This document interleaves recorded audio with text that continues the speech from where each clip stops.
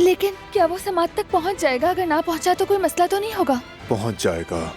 यकीन तो है बारहान, अगर देर हो गई तो? नहीं होगी देर, आकिफ खुद संभालेगा सब। तुम बस पुरसुकून रहो दिलान।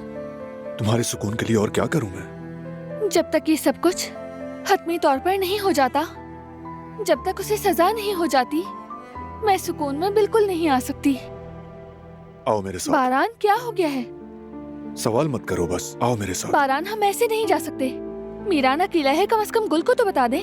समझ गया, तुम ऐसे नहीं आओगी। ये क्या कर रहे हो तुम? कोई देख लेगा। अपनी बीवी को ही उठाया ना, तो क्या हुआ? बारहान रुको, या अल्लाह।